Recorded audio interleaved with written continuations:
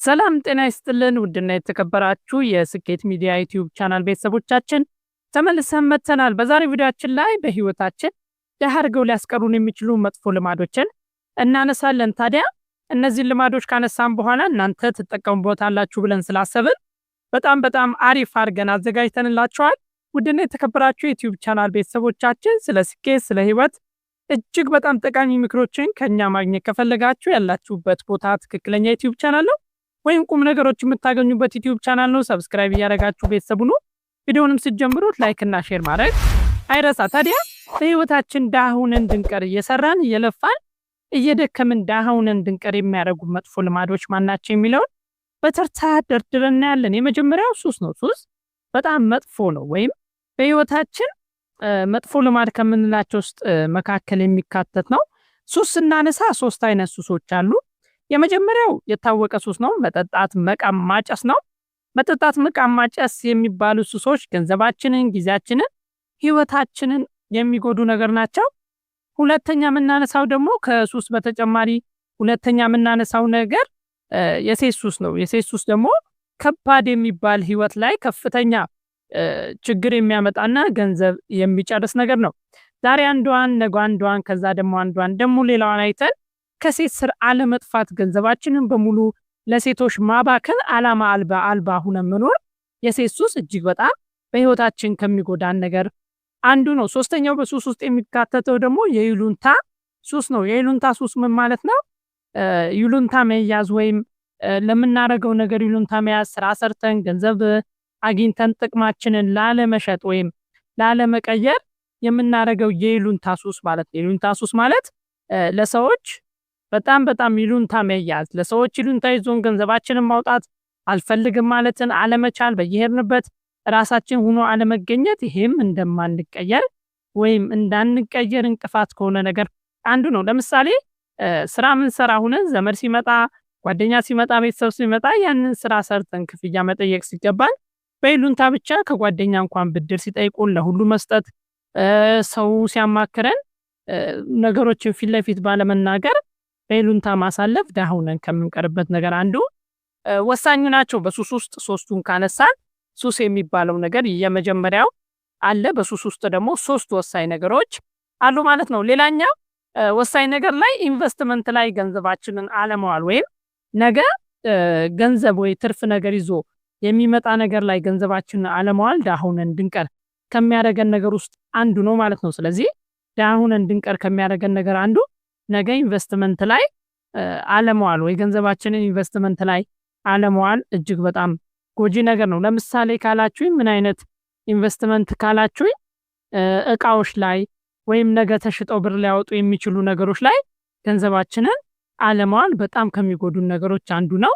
ስለዚህ ገንዘባችንን ኢንቨስትመንት ላይ ማዋል በጣም ተገቢ ነው። ለምሳሌ ልብስ፣ ጫማ፣ ምግብ ወሳኝ ነገር ወጪዎቹ ነው። ወይም ልብስ መግዛት፣ ጫማ መግዛት፣ ምግብ መብላት ወሳኝ ወጪዎቹ ነው። ነገር ግን ከዛ ባለፈ አላስፈላጊ ወጪዎች ነገር ገንዘባችንን ሊያመጡ የማይችሉ ነገሮች፣ ለምሳሌ ከሰው ጋር መዝናናት፣ ያለ ቅጥ ሰውን መጋበዝ፣ በየሄድንበት እኔ ካልከፈልኩኝ ማለት፣ ጊዜን ያለ ማግባብ መፍጀት፣ ገንዘብንም ጊዜንም ያለ አግባብ መፍጀት እና ለራስ አለመኖር፣ ይሄም እጅግ በጣም አስቸጋሪ ነው። ስለዚህ ገንዘባችንን ስናወጣ ወይም ገንዘባችንን ኢንቨስት ስናደርግ ነገ ጥቅም ይዞ ሊመጣ የሚችል ነገር ላይ ኢንቨስት ማድረግ ተገቢ ነው። ወይም ነገ ትርፍ ይዞ ሊመጣ የሚችል ነገር ላይ ኢንቨስት ማድረግ በጣም ተገቢ ነው። ምክንያቱም የሆነ ነገር ከሰራን በኋላ ወይ የሆነ ነገር ካረግን በኋላ ያንን ነገር ከሰራንበት በኋላ ኢንቨስትመንት ከሆነ ትርፍ ይዞ ይመጣል። ወይም ገንዘባችንን ኢንቨስትመንት ከሆነ ትርፍ ይዞ ይመጣል። ለምሳሌ አንድ 10,000 ብር ደሞዝተኛ የ5,000 ብር ጫማ አውጥቶ ቢገዛ የ5,000 ብር ነገር ለመመለስ ጫማውን መሸጥም አይችልም። ወይም ጫማውን ከገዛ በኋላ መልሶ ለመሸጥ ቢፈልግ በጣም አስቸጋሪ ነው የሚሆነው። ምክንያቱም ያወጣው ነገር ወይም ኢንቨስት ያደረገው ነገር ነገ ትርፍ ይዞ የሚመጣ ነገር አይደለም። ወይም አንድ የወጣ ነገር ስለሆነ ለመመለስ የሚያስቸግር ነገር ማለት ነው። ስለዚህ ምንም ነገር ላይ ኢንቨስት የምናደርገው ነገር ላይ ኢንቨስትመንቱ ሪተርን ይዞ መምጣት ተገቢ ነው። ስለዚህ ያንን ነገር ማወቅ ተገቢ ነው። ሌላኛው ደግሞ ያለ ጥቅም በየቦታው መገኘት ወይም ለሰዎች ጥቅም መኖር ነው። አብዛኛውን ሰው ደሃ ሆኖ እንዲቀር የሚያደርገው ነገር ለሰዎች ጥቅም መኖር ነው። ለምሳሌ ጓደኝነትም ይሆናል፣ ቤተሰብ ነገርም ይሆናል። ሰዎች በፈለገ ሰዓት የሚያነሱን እንደ መኪና፣ እንደ ልብስ፣ እንደ ጫማ በፈለጉ ሰዓት የሚያነሱ እና እዚህ ቦታ እንሂድ፣ ና እዚህ ጋር እንሂድ፣ ና ይሄንን እናድርግ፣ ና ይሄንን እንግዛ፣ ና ይሄንን እንስራ፣ ና ይሄንን ነገር እናውጣ እያሉ በፈለጉ ሰዓት ላይ የሚያነሱን የሚያንዣዡን ከሆነ በጣም አስቸጋሪ ነው ማለት ነው። ስለዚህ ይሄን ነገር ከግምት ውስጥ ማስገባት ተገቢ ነው። ስለዚህ ይሄን ነገር ከግምት ውስጥ ማስገባት ተገቢ ነው። ስለዚህ ይሄን ነገር እንዴት እንከላከላለን? አንደኛ የስራ ሰዎች መሆን፣ ምንጊዜም ስራ ፈቶች አለመባል። ለምሳሌ እከሌ ሲባል እከሌ እኮ ምንም ስራ የለውም ወይ ከሱ ጋር ሄዱ፣ እከሌ እኮ ቤት ነው፣ እከሌ እዚህ ጋር ነው፣ እከሌ እኮ እንዲህ ነው፣ እሱ ምን ስራ አለው፣ በቃ ከሱ ጋር ደርሰሽ ነይ ምንባል ሰዎች መሆን የለብንም። ስለዚህ ምንጊዜ ሀብታም ለመሆን ካቀድን ጊዜያችንን መንገዳችንን በአግባቡ መጠቀም። የመጨረሻው አብዛኛውን ወጣት ውስጥ እየያዘና ብዙ ወጣቶችን ህይወታቸውን እያበላሽ ያለ ነገር ያለ ጊዜ ወደ ፍቅር ግንኙነት መግባት ማለት ነው። ለምን ያለ ጊዜ ወደ ፍቅር ግንኙነት መግባት ማለት ምን ማለት ነው? ለምሳሌ ገና በመታገያ በመስሪያ በመኖሪያ ገንዘብ በማምጫ ዘመናችሁ ከሆነ ሴት ልጅ ጋር ፍቅር ግንኙነት ጀምራችሁ ጊዜያችሁን ገንዘባችሁን እዛ ላይ ብቻ ትኩረት ታደርጉ፣ ነገ ያ ነገር ሊከፍላችሁ አይችልም፣ ወይም ነገ ያ ነገር መጥቶ ገንዘብ ሊሆናችሁ አይችልም። ስለዚህ ገንዘብ ሊሆናችሁ ለምሳሌ ትምህርት ብትማሩበት ብትሰሩበት ተቀማጭና ህይወት ሊቀይር የሚችል ነገር ሆኖ ታገኙታላችሁ። ነገር ግን የፍቅር ግንኙነትም ሌላም ጉዳይ ውስጥ ያለ ጊዜ መግባት ብዙ ወጣቶችን ህይወትን ምስቅልቅል ያወጣና ደሃ ሆነው እንዲቀሩ የሚያደርግ ነገር ወሳኝ ነገር ነው። ሌላኛው በቤተሰብ የሚመጣ የመተት ታሪክ ወይም ቤተሰብ ውስጥ የተገናኘ የመተት ታሪክ ደሃ ሆነን እንድንቀር ያደርገናል።